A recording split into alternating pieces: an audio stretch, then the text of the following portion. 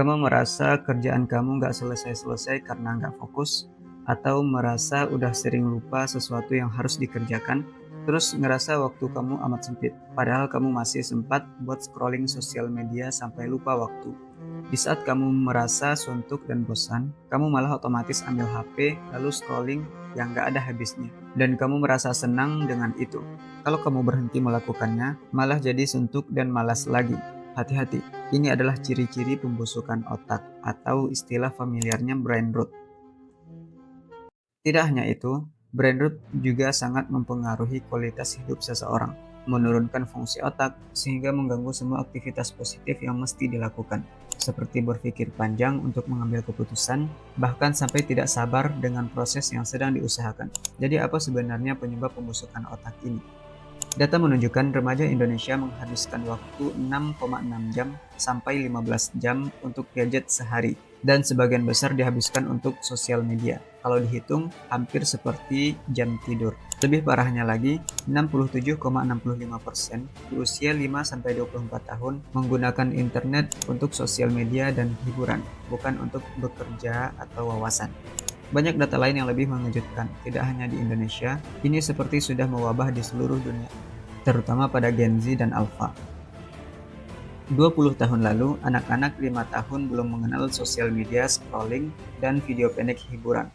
Anak-anak sibuk bermain sesamanya dengan permainan yang nyata di sekitarnya. 20 tahun lalu, bapak ibu dan para orang dewasa menunggu antrian tidak jarang berbincang kecil dengan orang sekitarnya, walaupun belum kenal, sekedar basa-basi dan kemudian larut dalam percakapan. Sangat kontras dengan zaman sekarang, seperti ketergantungan dengan sosial media, tanpa bawa HP saat menunggu antrian seperti orang kebingungan, tidak scrolling saat bangun tidur dan mau tidur seperti ada yang kurang. Algoritma For You Page atau FYP menganalisis perilaku pengguna per milidetik menonton suatu video. Kemudian video berikutnya akan menyesuaikan dengan perilaku pengguna sehingga memicu dopamin, keinginan terus-menerus scrolling, sampai hilang kesadaran atau lupa waktu. Ini bukan fenomena biasa, ini bisa menjadi fenomena yang bahaya sekali jika terus dibiarkan, karena sering mengkonsumsi konten video pendek random secara berlebihan yang menyebabkan pembusukan otak ini atau brain rot. Jangan anggap brain rot itu sepele. Jika diderita oleh anak-anak usia produktif, bisa menyebabkan masa depannya menjadi suram. Tapi, brain rot itu bisa dipulihkan kembali. Semakin cepat sadar dan paham cara pemulihannya, maka proses pemulihannya akan semakin mudah. Mari kita kenal lebih dalam dengan bahasa yang sangat mudah apa itu brain rot dan apa penyebabnya serta solusi konkretnya seperti apa. Menurut Oxford University Press, brain rot adalah kondisi kemerosotan mental dan intelektual seseorang karena konsumsi konten-konten yang tidak menantang atau receh. Konten tidak menantang dan receh itu adalah video pendek. Menurut studi EEG, kecenderungan video pendek di ponsel menunjukkan korelasi negatif pada fungsi atensi. Sedangkan fungsi atensi di area otak prefrontal adalah pusat kendali otak dalam mengatur fokus dan perhatian, pengendalian diri, pengambilan keputusan, perencanaan jangka panjang, dan kemampuan menunda kesenangan atau self-control. Artinya, semakin sering konsumsi video pendek di sosial media, maka semua fungsi aktivitas otak di bagian prefrontal ini akan menurun. Maka tak heran jika sudah kecanduan dengan video pendek, sering lupa diri, tak terkontrol sudah berapa lama waktu yang dihabiskan, terus bingung dalam perencanaan kerja dan mengambil keputusan. Alhasil banyak kegagalan dalam menjalankan kehidupan. Dampaknya bisa jauh lebih bahaya jika tidak segera diakhiri kebiasaan buruk tersebut. Apakah sepenuhnya sosial media itu buruk? Perlu kita sadari, sosial media itu adalah sebuah perusahaan yang tentunya diciptakan bermuara untuk mendapatkan keuntungan bagi perusahaannya. Dan pengguna sosial media itu adalah marketnya. Jadi kita ini adalah marketnya. Pada awal sosial media diciptakan, bertujuan untuk mempermudah orang-orang membangun koneksi dan hubungan sosial secara online. Misalnya dengan teman lama, keluarga, atau orang dengan hobi yang sama.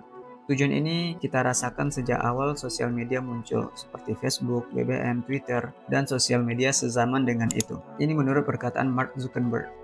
Tapi, seiring berjalannya waktu, tujuan itu bergeser dari sekedar menghubungkan sosial orang-orang menjadi membuat orang betah di platform tersebut selama mungkin.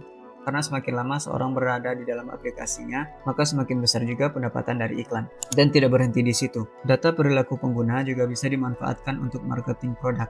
tempat dipasarkannya berbagai produk yang relevan dengan perilaku penggunanya. Dengan alasan itulah video pendek muncul di hampir semua sosial media, menjadi senjata utama bagi hampir seluruh sosial media untuk mempertahankan perhatian pengunjungnya berlama-lama di aplikasinya.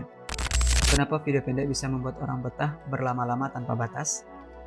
Ketika seseorang menonton video pendek, otak mendapat rangsangan cepat, visual, suara, kejutan cerita, emosi lucu atau kagum. Rangsangan ini memicu pelepasan dopamin, yaitu neurotransmitter yang memberi sensasi senang dan puas.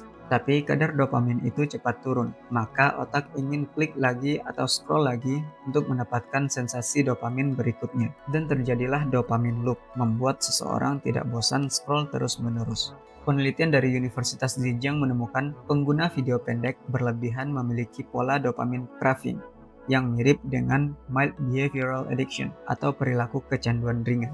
Seseorang tidak bisa terkena brain rot atau pembusukan otak jika melakukan aktivitas menonton video pendek dalam waktu yang singkat atau cuma 1 hari saja, melainkan pasti melalui proses repetisi atau berulang-ulang.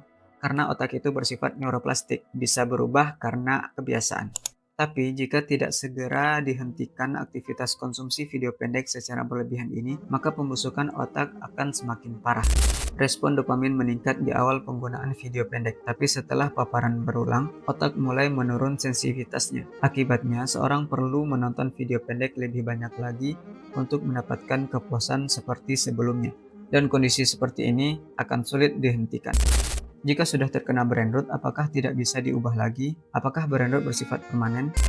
Jawabannya tidak. Brain rot itu adalah pembusukan otak yang sifatnya tidak permanen, tapi bisa jadi sangat sulit diperbaiki jika sudah terlalu parah. Seperti yang disebutkan tadi, otak itu bersifat neuroplastik yang bisa berubah karena kebiasaan. Kebiasaan mencari kesenangan dan kepuasan instan melalui video pendek secara berlebihan itu membuat otak terlatih dengan kondisi itu. Sehingga jika memikirkan hal yang lebih kompleks dan panjang, otak tidak mampu. Tapi kondisi ini semua bisa diatasi dengan latihan dan mengganti kebiasaan. Di awal transisi pergantian kebiasaan akan menjadi lebih berat karena belum terbiasa. Tapi berjalannya waktu akan terasa lebih ringan. Hasilnya akan memberikan dampak positif besar pada hidup kamu.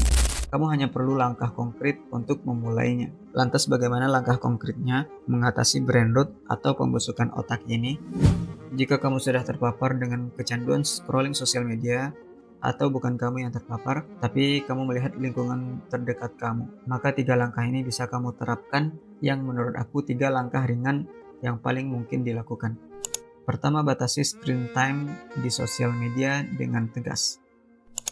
Kamu harus tegas di sini, membatasi waktu screen time di sosial media, terutama di jam produktif kamu bekerja. Bahkan ada sebagian orang melakukan ini dengan ekstrim, yaitu menghapus aplikasi sosial medianya dulu selama 1 bulan untuk membentuk kebiasaannya. Tapi bagi kamu yang belum bisa se-ekstrim itu, cukup kamu komit dengan membatasinya. Misal, kamu bisa bagi jam fokus kerja tanpa sosmed dan matikan notifnya dari jam 8 pagi sampai jam 11.30. Ini seperti yang aku lakukan. Di jam itu, aku menjauhkan letak HP dan aku fokus kerja di PC. Notif HP pun aku matikan kecuali beberapa orang penting saja yang diaktifkan. Kenapa ini harus dilakukan?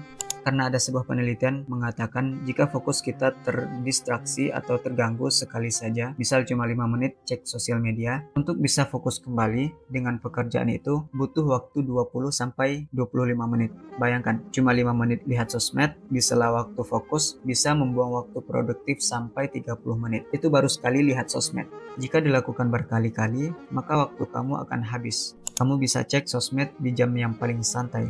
Misal di waktu istirahat makan sekitar 30 menit sampai 1 jam misalnya untuk mendapatkan informasi yang bermanfaat, bukan video pendek random yang bikin kamu lupa waktu. Karena di zaman sekarang kalau tidak melihat sosmed sama sekali juga sulit untuk mendapatkan informasi yang lebih luas. 2. Ganti peralihan waktu luang ke kegiatan tanpa sosial media. Jika kamu masih sering mengisi waktu luang kamu dengan scrolling sosial media, karena kamu anggap jam itu bukan jam produktif, segera ganti dari sekarang. Walaupun alasan kamu mendapatkan pengetahuan dari sana. Kenapa? Karena di sosial media, khususnya video pendek yang random, itu memberikan informasi yang random pula, tanpa ada batasannya. Perlu kamu ketahui, otak manusia pun punya batasan dalam menyerap informasi yang diistilahkan attention span. Dalam istilah psikologi, attention span adalah rentang waktu maksimal seseorang dapat mempertahankan fokusnya pada satu informasi. Bahasa bayinya, attention span itu ibarat RAM otak. Jika semakin sering diisi dengan potongan kecil atau informasi pendek, maka dia akan semakin sulit menerima informasi besar dan mendalam. Contohnya nonton video panjang seperti ini, pasti terasa sulit. Alihkan waktu luang dan santai kamu dengan menambah informasi dan pengetahuan yang terfokus, misal baca buku. Jika lagi malas baca buku, bisa dengan nonton video panjang di YouTube 1 ilmu per hari, atau olahraga, bercocok tanam, dan masih banyak lagi aktivitas untuk melatih otak kembali. Ini biasanya aku letakkan di jam santai, yaitu sore hari, karena dalam manajemen waktu yang aku buat, sore itu adalah waktu yang lebih santai. 3. Latih fokus untuk memperbaiki otak. Banyak cara untuk melatih otak dan memperbaiki saraf-saraf otak kembali. Otak itu ibarat otot. Jika kita pengen kuat mengangkat berat, maka kita harus berotot. Untuk bisa berotot, perlu olahraga beban dan rutin melakukannya. Begitu juga dengan otak. Jika kita punya pengen nalar bagus, ilmu pengetahuan yang luas, dan argumen yang kuat, itu perlu otak yang tebal dan panjang cara pikirnya. Jadi mustahil otak yang tebal bisa didapatkan dengan nonton video pendek mendapatkan informasi instan. Latih otak dengan biasakan fokus dalam waktu yang cukup panjang. Salah satu cara melatih yang alami bisa dilakukan adalah dengan meditasi. Bisa kamu cari tahu cara meditasi yang baik dan benar seperti apa? Banyak penelitian menyebutkan tentang manfaat meditasi ini. Meditasi itu bukan sesempit seperti orang yang kebanyakan berdiam diri di goa di dalam tempat yang sunyi. Itu cuma salah satu contoh bentuk meditasi. Ada banyak cara yang bisa kamu lakukan untuk meditasi. Yang kamu perlu saat meditasi adalah fokus dengan satu titik dan kamu mempertahankan fokus kamu dengan titik itu selama mungkin. Misal sebelum beraktivitas pagi-pagi, kamu duduk di belakang rumah. Pejamkan mata, kemudian fokus ke satu bunyi kicauan burung. Pertahankan fokus itu selama mungkin. Jika buyar, kembalikan lagi fokus itu. Begitu seterusnya, lakukan selama yang kamu bisa, misal 5-10 menit. Atau bagi kamu yang beragama Islam, meditasi bisa digantikan dengan salat yang khusyuk. Khusyuk artinya fokus, baik gerakan dan bacaan. Islam mengajarkan salat menatap ke tempat sujud dan pikiran diharuskan fokus pada bacaan. Secara Islam, salat khusyuk banyak sekali manfaatnya, dunia dan akhirat. Secara perkembangan otak, ini sudah cukup untuk melatih fokus kita kembali lebih lama. Apalagi seperti salat tahajud dan salat subuh. Di waktu yang sunyi, fokus ke tempat sujud dan bacaan salat, sesuai dengan perintah Allah dan dicontohkan Rasulullah. Jika fokus buyar dalam salat, cepat kembalikan lagi fokus itu. Lakukan itu rutin secara sadar. Nah, dengan meditasi dan salat khusyuk ini, kamu bisa komen setelah sebulan kamu melakukan rutin, apa yang terjadi dengan hidup kamu. Sengaja aku pilih 3 solusi ini yang menurut aku paling dasar yang bisa dilakukan. Adapun solusi-solusi lain, masih banyak lagi yang bisa kamu lakukan. Misal minum kopi di saat jam produktif agar meningkatkan fokus dan menghilangkan ngantuk, atau misal punya ruang kerja yang rapi dan bersih, dan masih banyak lagi. Intinya cari cara agar bisa sedikit mungkin berinteraksi dengan video pendek yang random. Karena ini sudah menjadi attention crisis, krisis perhatian global. Tidak hanya di Indonesia, tapi dunia. Dan saran aku terakhir, jangan biasakan kasih anak kecil HP di usianya yang belum matang dengan alasan agar tidak rewel. Itu salah besar. Itu bisa merusak otak anak, apalagi di usia golden age-nya, yaitu usia 0-6 tahun. Jangan biasakan main HP di depannya sehingga dia tidak penasaran dengan HP itu. Coba di depan anak-anak itu baca buku, belajar, olahraga. Tentu mereka gak kenal dengan namanya HP, termasuk jaga lingkungannya. Jangan sampai lingkungan teman-temannya terbiasa dengan HP dan video pendek dikasih orang tuanya.